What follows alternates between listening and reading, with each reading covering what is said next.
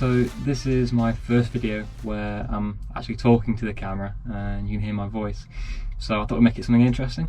So today we're on a JCB Hydradig here at operator training in Staffordshire.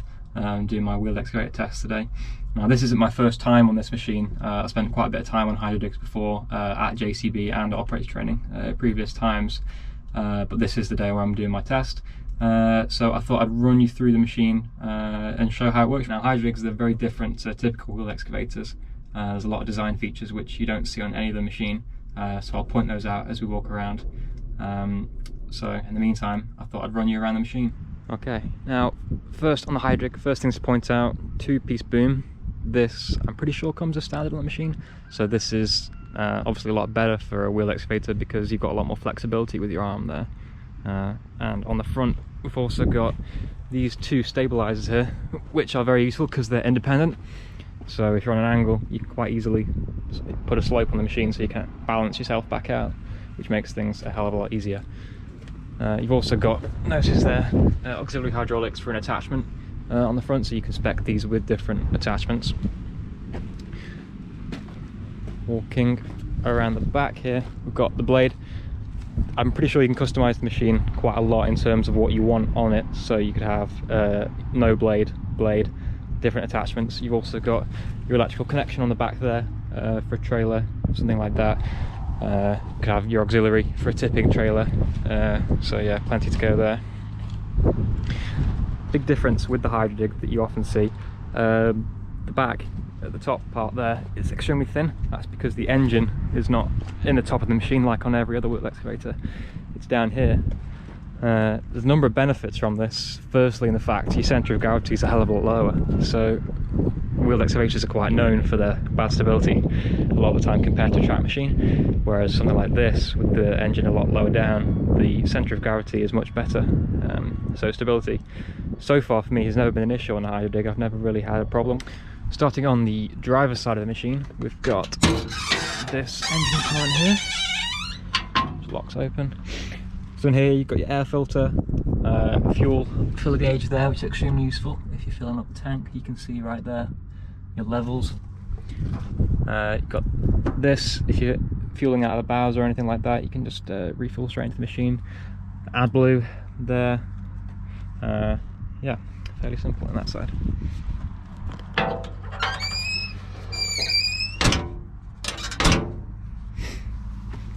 Now on the other side of the machine we've got our engine bay. There we are. Opens with the gas strut, so it's not too difficult. Okay, now with the engine bay open, we've got really good access here. There's no real issues at all in terms of climbing up onto the machine, because as you can see, there's no engine up there at all. Everything that we need is down here.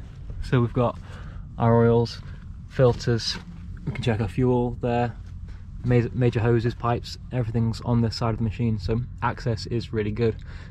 Obviously it is quite a small compartment. The machine has got to be small enough to fit on the roads and in the places that it needs to go, but on the grand scheme of things it's pretty impressive that everything's fit into here. The engine is extremely quiet, which is a positive because obviously this machine is used in residential areas quite a lot, especially models like the Pothole Pro, stuff like that. It's often used around houses a lot, so having a machine that's nice and quiet is a bonus. And this just locks away nice and easy in there. There we go.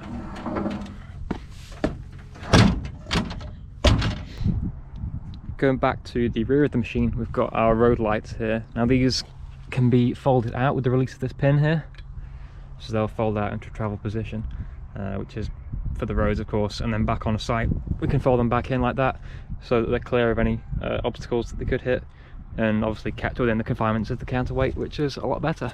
Moving on to the business end of the machine, we've currently got a ditching bucket on, but we've also got a tooth bucket over there as well. This machine's got a regular quick hitch attached to it, it's just a JCB one. So obviously you can spec these up to whatever you want, you know, steel wrist, Encon, stuff like that. But this one's a regular quick hitch. Ram guard on it. This is not standard, I believe. This is an optional extra. but obviously better in terms of protecting that round there. Grease points, all relatively easy to access, pretty standard on machines, on most nowadays. Up here you've got your auxiliary hydraulics, your return there, and also the flag on this side. There you go. All nice and easy in the same place with end caps on them, keep them protected. All the pipings run along the outside of the machine, which is run behind that JCB badge there. So all relatively easy to service and repair if required. The outside of the machine. LED lights up there as well. Visibility on this machine is great, so with those LED lights at night time, there's no issue at all. Even with just the standard kit, it's perfectly adequate. Obviously we've got a two-piece boom up there as well. So in terms of manoeuvrability wise, on a compact site, there's no issue at all because the boom can be folded right back in, which I'll demonstrate soon. But it's just in its regular working position at the moment. But yeah, single cylinder on the boom. Power wise, it's still got plenty of power. It's a pretty chunky cylinder. All our grease points there, easy to access on a single side, so no problem with that. Road light there. So yeah. Okay, now let's take a look inside the cab. Shut the door, it's pretty cold. Okay, now starting in the cab of the machine, I'm running you through what we've got in here. So first of all, visibility in the Hydradig is excellent. As you can see down to the side there, we've got really good visibility down the side. Obviously without having to have the big engine bay there, we can see right to the side of the machine. So we've got both tyres, front and back, that we can see all from the side there without really moving too much. Even just from head position here, just looking down the side, you can see it, which is great. At the front here we've got our information display, so all your regular machine information is all shown on there, and all the menu functions are in that as well. Air vents, plenty on the front, one on the windscreen, very important for those cold days, defrost nice and easily. We've got plenty down there as well, air vents as well. These two buttons here are for our stabiliser legs. So on the front, those two independent stabilisers are controlled with those two independent buttons. We've got this controller here, which is all for the front display. This also controls the engine RPM. Along the side here, we've got all the buttons for just regular machine functions. So we've got our to-go system on the JCB, the axle lock, quick hitch, lights, beacon, this which checks that we're ready to go on the highway. This button here reverses our steering, which is a really useful feature. Obviously on a wheel excavator, when you turn the machine around, your steering will be reversed typically because your steering is on the back. On most machines you wouldn't have the luxury of four-wheel steer like we do on here. So if you turn the machine around, your steering would be reversed. With this however, we can press this button here and it will reverse the steering actually coming out the wheel, so it will drive as if we're facing the right direction, which is a really handy feature. So we've also got boom float, all the regular controls that we typically see. Our key, climate controls, more air vents there, more on the back as well facing the windscreen. Got our light up there and a radio as well, which comes with Bluetooth as standard, which is a nice feature to have. On this side, just lower down the control column, plenty of storage back there. There's really no issue at all. For a machine of this size, it's pretty good. More air vents, speakers as well. Yeah. On the side here, we've got a window which opens as well. And there's plenty of notches down there, so you could leave it just slightly open and it'll lock into that position there. All close. Same on this side as well. The window will lock at that notch there. Move it forward much better. On the wheel itself, you've got a pedal, bring it forward and backwards. This pedal here is for our tab, so that extends the two-piece boom. Nice and easy. Got our brake pedal here, and the little thing at the side of it there, that's to release the lock on that pedal. And we've also got an accelerator, which is there. On the bottom of the wheel here, we've got our steering selector. So currently we're in all-wheel steer. We've got two-wheel steer or crab steer. Now crab steer is a really useful feature of the Hydradig. You often see it on the low doors and other products of that category. The four-wheel steer allows us to crab forward and backwards to both sides. Now this is really useful if you're up against a tight wall, for example. With a conventional machine you'd have to go forward, screw your wheels, come back and manoeuvre all over the place, whereas with the crab steer we can just engage the crab and we can crab one direction and the machine will stay perfectly facing that direction, but we'll move side to side. So if we're up against a wall or a tight spot, it's really handy. Okay, so ready to start the machine. What I'll do is come down here, turn the key to position 1, everything lights up. Normally we'll ask for your keypad entry. I've already put mine in a few minutes ago, so it won't ask for it again. So what we've got to do is hold this button down here until the engine starts. There we go. Okay. So we've got all of our key information on there: fuel level, temperature, RPM, everything you need. On this column at the side of the machine here, I don't know if you can see with the glare. Apologies about that. But that's displaying neutral, forward, reverse, time, hours, steering mode, and axle lock down there. Now axle lock is really important on these machines. Obviously, not being a track machine, the axles bend side to side and pivot, which is obviously supposed to happen. It really helps the machine on rough terrain, but when we're moving over the side of the machine, that can cause us to tip over. So axle lock is really important, and I'll run you through how that works in just a few minutes. Okay, so lowering our control on. All we've got to do to activate the machine is the to-go button, and once that illuminates with the little red light, we're ready to go. So first of all, I'll show you the two stabiliser legs. On the front there we've got those independent stabilisers which can move up or down independently. There we go. Really useful. Instead of having just one blade, having the stabilisers as well, you can get a really good level of the machine. Even on the slope, it will level itself quite nicely. We lift our boom back slightly. It's slightly difficult with one hand. What we'll do, we'll slew around to our side here.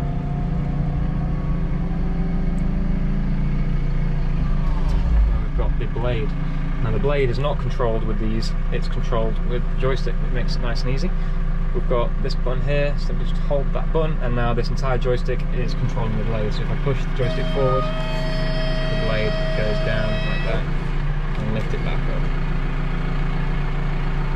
Now a really useful feature on the Hydradig is this button here with the A on it. What this does is it brings all of our stabilisers up at the same time. So if I slew to the side here, I'll be able to show you. We lower down our blade. There we go. And also place down the two stabilisers. There we go. Now let's say this is the position that I want for digging. Great. Now we want to move the machine. Instead of having to pull all these back independently, we can just press the button and completely automatically the arms will come back up. There you go, and they're all retracted at their full position at the top there. Hydradig, just like most other machines of this size, have also got slew on the boom, which is really useful if you're up against a tight space. So it's not on the pedals down there. What it is, it's this button here to auxiliary for the auxiliary circuit, and then there's a lever on the back which will control the slew of the arm side to side. And this goes a pretty good angle on the side of the machine there, considering we're facing that direction. There we go. So we've got plenty of slew there, considering this machine is already extremely compact, and there's plenty of slew for any job I can think of really. Yeah, that's great. I'll reset that back to default position. Okay, getting the machine into a driving position, nice and easy. So down on the arm down there, we've got those two red arrows. Now that will align if I bring the boom back. There we go. Now that's the optimal height for the boom, so now all we have to do is bring our tab down until we're just about level, about there, and then the arm, and come back in. And there we go. So now the machine is at a suitable travel height, which is displayed there on the cab, so no issues there.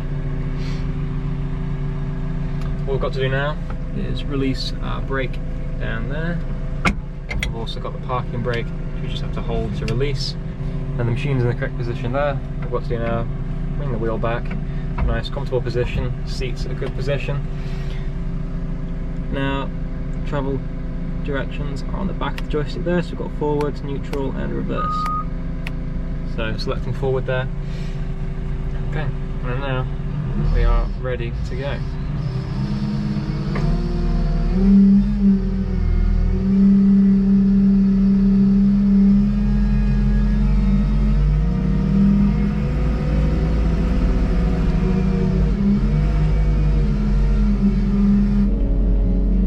Driving the Hydradig over rough grounds, we've got really good stability. Traction's no issue at all. This is really muddy ground that we're at the moment, and there's no problem at all with slipping.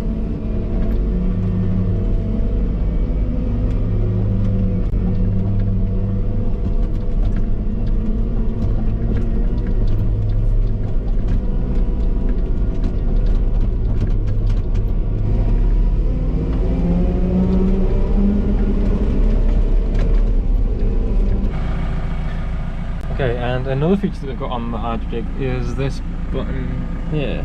This is the highways mode. So if we engage this, the display will now show us what we need to do to be able to enter highways mode. Now, highways mode is what allows us to go at full speed, so 40 kilometers an hour. So that's a much better speed if we're on the main roads. So it's telling us what we have and we haven't got right. So we've got all this correct, but we haven't got the slew position set. So spin this way around, so that we're facing the front of the machine where our riggers are. There we go. And as soon as we get to that centre position, it locks out. So now my slew no longer works. None of these joysticks work. However, our foot pedals do, so if we engage forwards, that will work just fine.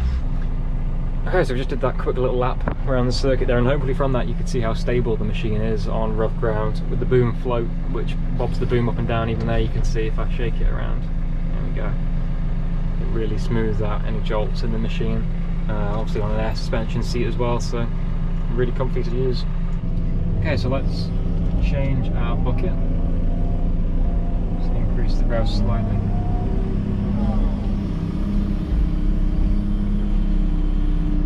And what I can also demonstrate,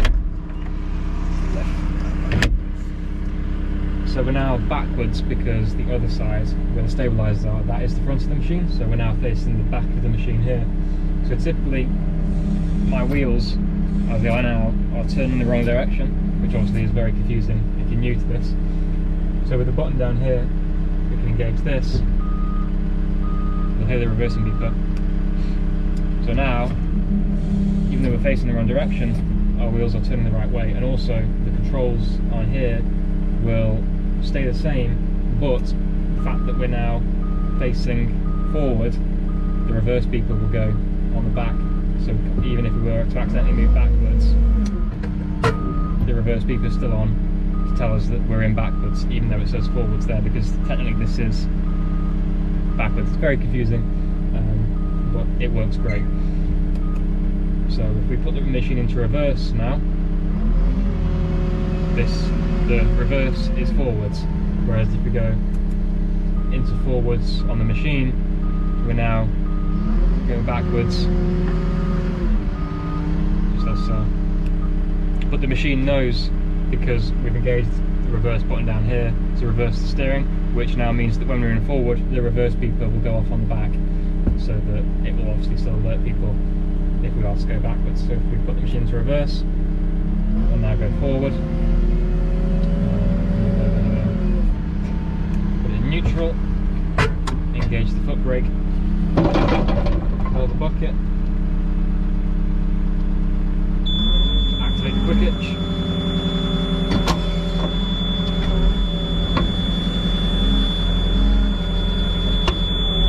and release as so.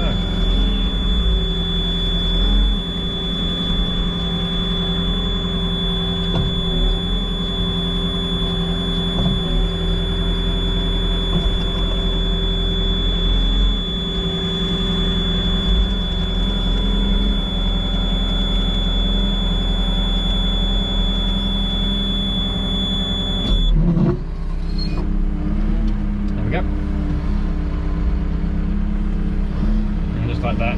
Bucket's connected, ready to dig.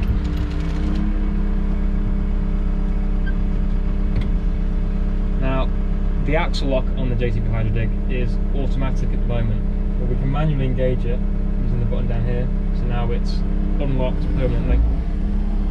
Now what this means is that the machine's axles will still move. So as more weight goes off the side of the machine will start to move out this way. I'm starting to sway now if I release the tab as well.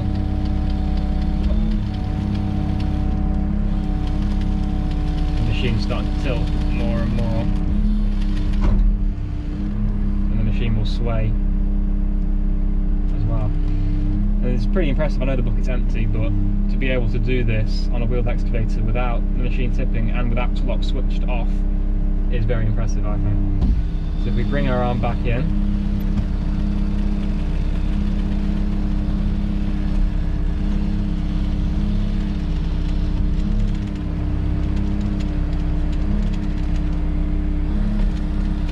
just like that, and if we put our axle lock onto the lock position, if we now go back out, the machine is significantly more stable. Hopefully you can see that on video as well. But the sway that we originally had has gone. The machine is completely locked. The seat's not bobbing. We're locked. Now there's also an automatic option for the axle lock. And what this does is engage it automatically whenever you apply the foot brake to be locked. I think this is the best position really, because then you always know if it's on or off. So if we put it back into auto, it's going to stay on. If I lock the foot brake, I can just hear it click then, so the axle lock's now on. If I release the foot brake, the axle lock's off. Now when you're driving, you don't want axle lock switched on, because if you go over uneven ground, the machine is going to, the back tyres will come off the ground, or the front tyres will come off the ground as you go over uneven terrain. So we want the axle lock to be in auto, so that then when we're driving, and obviously the foot brake's off because you don't want the brake on while you're driving, when the foot brake's off, the axle lock will be off, and it will drive over rough terrain perfectly well, and it will go up obstacles and objects, no problem at all. We slew back this direction.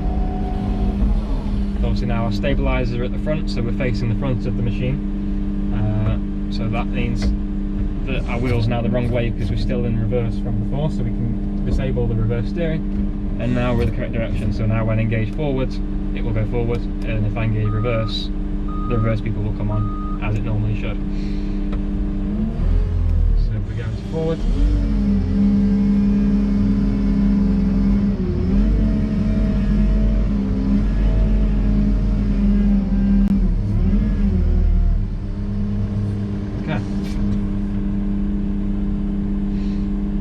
so, digging, neutral, foot brake on, park brake can be applied as well, make sure you're not going to go anywhere. So our two front stabilisers, we can lower those down around there, and the ground here is fairly level anyway, and we can use this button here, and our back blade will also go down. So we're pretty much just as stable as a tractor sheet will be now. There isn't much of a difference when all the outriggers are down like that. I'll fully engage everything.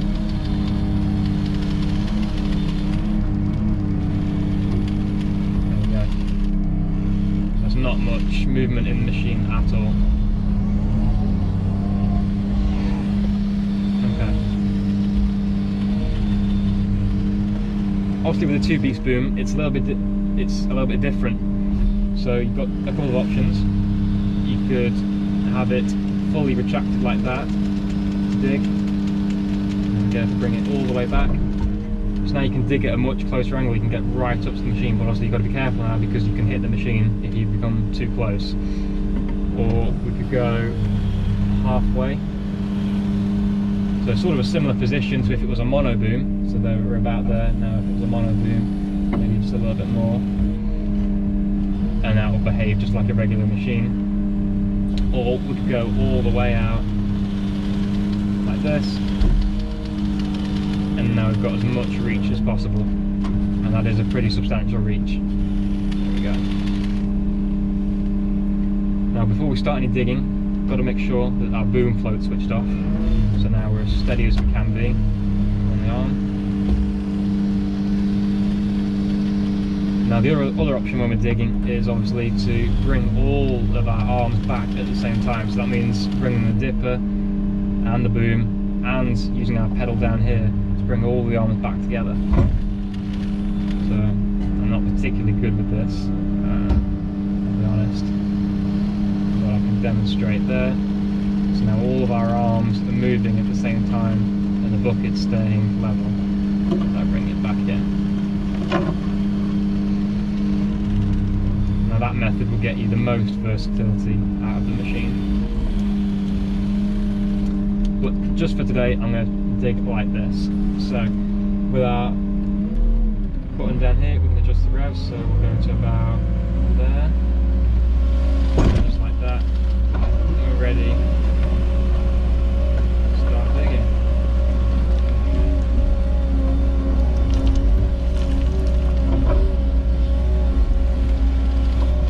This is actually the eco mode that we're in right now. This isn't even full power. We can go even higher. And we're still in eco, so there is more to go. But obviously it's really not required for this ground, so we can leave it around there. And we've got plenty of power. The machine's nice and smooth. There's no jolting. It's perfectly good for digging. Okay, so let's say we want to move back now. All we have to do is press the button there. All of our outriggers will come up automatically. We can slew around, check the direction that we're travelling in, release all our brakes, and we're good to go. Back into neutral, brake on, park brake on, swing around, lower our blade down. Lower the outriggers at the front, and there we go, nice and level, easy as that.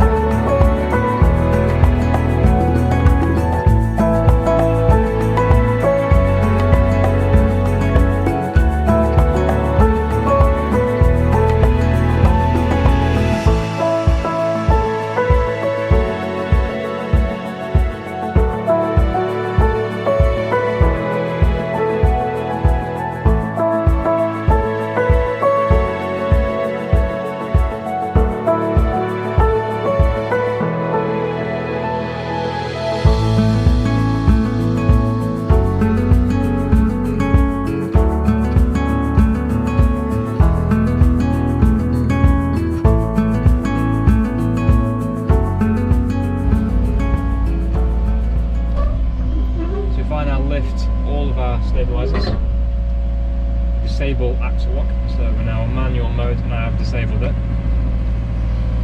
If we come all the way over to the side here,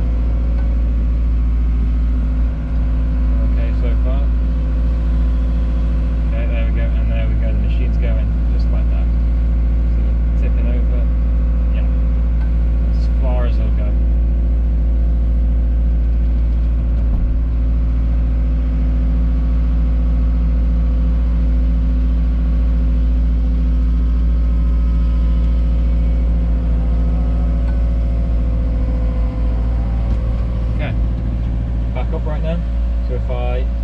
enable axle lock, so we're still on manual mode, so we've locked the axle lock on. This is still with no stabilizers, bear in mind. So now, if we go out to the sides, we've got a considerable amount of more reach there. The tab isn't even extended all the way, so we could still go further. And there we go. We're fully extended and the machine isn't dipping. It's still bobbing up and down slightly, but I've got a full bucket right there, and as much as I bob it, it won't go. It comes straight back to me. So now, one more time, we'll engage our stabilizers. The front, and also push our blade down behind us. Go out to the side one more time. We've got our tab full extended, and there we go. So we've got axle lock, all stabilisers, and that is brilliant for steadiness. For a full bucket, even if I lift it nice and high, we're perfectly fine here. That really shows the importance of the axle locks and how important they are. And the system that the Hydradig has, in terms of enabling them and disabling them, is excellent. So we'll put it back onto auto.